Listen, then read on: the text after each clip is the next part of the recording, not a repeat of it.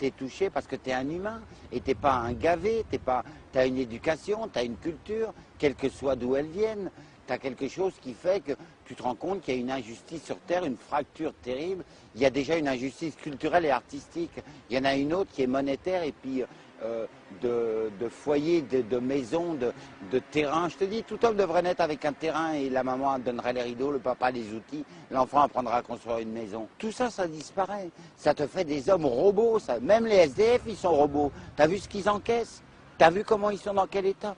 Et ils vont encore durer 10 ans comme ça. Un jour ils tomberont, on n'en parlera plus, on ne saura même pas qu'ils existent. Il y a un truc horrible de culture fait par les médias et tout ce que tu sais, les fenêtres de HLM, de la télévision, là.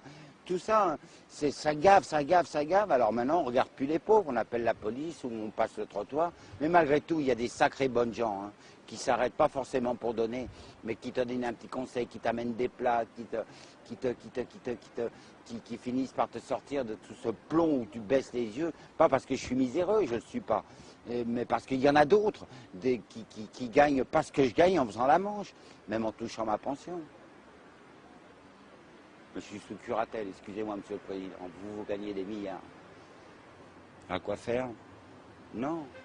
C'est la révolution, quoi. Mais il faut gommer le R de révolution pour faire des évolutions et des circonvolutions, c'est beaucoup plus rigolo. Parce que les révolutions, ça fait toujours des vengeances. Des armes, des guerres. Ah, mais on est mal barré, hein. Nous, on ne le connaîtra pas. Hein. On ne connaîtra pas l'amélioration ou la voie ou la direction ou la lumière qu'amènera un parti ou un président ou un groupe d'hommes et de femmes qui auront vraiment un autre pouvoir.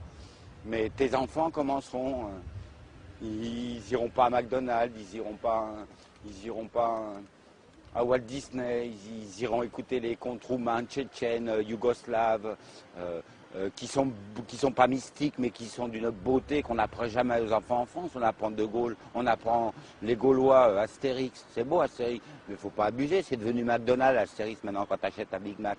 Tu vois, tout ça, c'est complètement faux. C'est faux, c'est faux.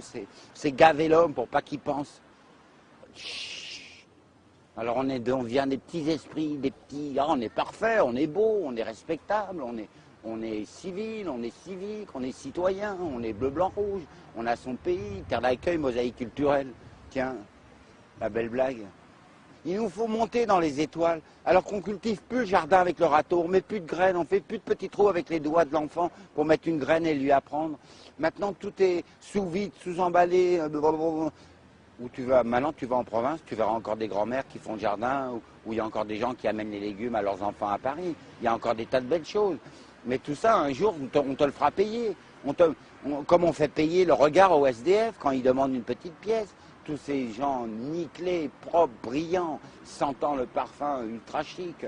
Mais ils te pompent les yeux quand tu leur demandes une petite pièce, ou même un renseignement. S'il n'y a pas un foyer ou un truc, ils t'envoient balader. Enfin, c'est un peu l'amalgame, mais il y a une injustice culturelle et artistique de consommation qui est horrible,